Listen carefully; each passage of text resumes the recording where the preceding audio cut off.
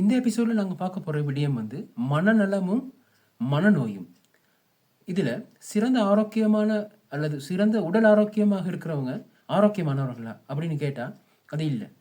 உடல் அளவுலையும் ஆரோக்கியமாக இருக்கணும், மனதளவுலையும் ஆரோக்கியமாக இருக்கணும். இப்போ மனதளவில் ஆரோக்கியமாக இருக்கிறவங்கள்ட்ட சில கேரக்டரிஸ்டிக்ஸ், சில குணவியல்புகள் காணப்படும். அதாவது ஆரோக்கியமாக மனத்தை பெற்றிருக்கிறவங்க வந்து தெளிவாக சிந்திக்கக்கூடிய ஒரு நபராக இருப்பாங்க. வாழ்க்கையில் ஏற்படக்கூடிய பிரச்சனைகளை சுமூகமாகவும் அதை கையாளக்கூடிய உத்திகள் தெரிந்தவர்களாகவும் காணப்படுவாங்க. நண்பர்கள், குடும்பத்தினர் மற்றும் சக தொழிலாளிகளோட சுமூகமான உறவை பேணக்கூடியவங்களாக இவங்க காணப்படுவாங்க. அதே நேரம் ஆத்ம திருப்தியுடையவர்களாகவும் இவங்க காணப்படுவாங்க.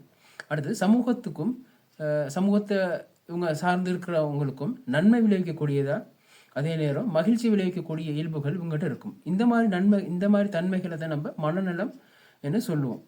மனதும் உடலும் வேற வேறையா ஒன்னான்னு கேட்டால் இது வேற வேற மாதிரி தெரிஞ்சாலுமே மனதும் உடலும் ஒன்று சம்மந்தப்பட்டது. அதாவது ஒரு நாணய தொட்டு இரு பக்கங்கள் போல காணப்படுது.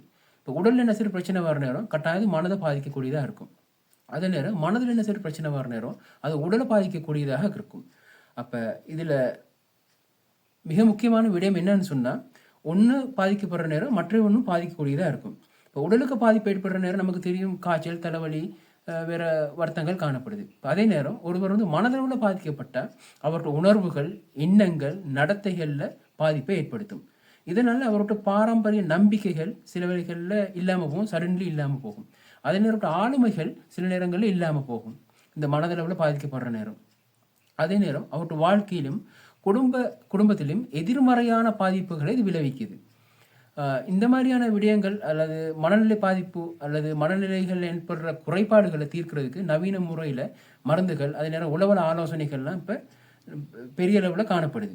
அதே நேரம் நீங்கள் யோசிக்கலாம், இப்போ மனநிலை பாதிக்கப்பட்டவங்க வந்து பொதுவாக ஒன் சைடில் ஈடுபடுறவங்களும் மன போராட்டங்களை உடையதாகவும் அதே நேரம் பொருத்தமற்ற பாலுணர்வுகள் கொண்டதாகவும் இந்த மாதிரி இருக்கிறவங்க மட்டும்தான் மனநிலையில் பாதிக்கப்பட்டவங்க அல்லது வேறுபட்ட நடத்தைகளை உடையவங்க மட்டும்தான் மனநிலையில் பாதிக்கப்பட்டவங்க நீங்கள் யோசிக்கலாம். அப்படி இல்லை. மனநோயில் பாதிக்கப்பட்டவங்க பெரும்பாலுமே சராசரி மனிதர்கள் போல காணப்படுவாங்க. அவங்களுக்கு உலகளாவிய ரீதியில் எடுத்தால் இப்போ மனநிலை பாதிக்கப்படுறவங்களில் வந்து ஸ்பெஷலாக வந்து டிப்ரெஷன், என்சைட்டி, மனச்சோர்வு, டிப்ரெஷன் உள்ளானவங்க காணப்படுறாங்க. பதற்ற நோய், என்சைட்டி இது உடையவங்களும் காணப்படுறாங்க. இதெல்லாம் கொமனாக நம்ம மனிதர்களிடையே காணப்படக்கூடிய பிரச்சனைகள். இவங்க வந்து சாதாரண மனிதர்கள் போல இருப்பாங்க.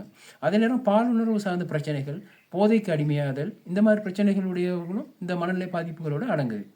இந்த மனநிலை பிரச்சனைகள் போன்றவற்றை முதல்ல நாங்கள் கருத்திற்கெடுத்து இவற்றிற்கு தீர்வு காணுவதற்கு உளவியல் ஆலோசனைகள், மருத்துவர்களை அணுகிறது மூலியமாக, ஸ்பெஷலி உளவியல் மருத்துவர்கள் பெரிய வருத்தங்களுக்கு, அதே நேரம் தீர்க்கக்கூடிய விடயங்களான சில உளவியல் பிரச்சனைகளை உளவியல் ஆலோசனை ஒருவரோட தொடர்பு கொள்வது மூலியமாக இதை நாங்கள் தீர்த்துக்கலாம்.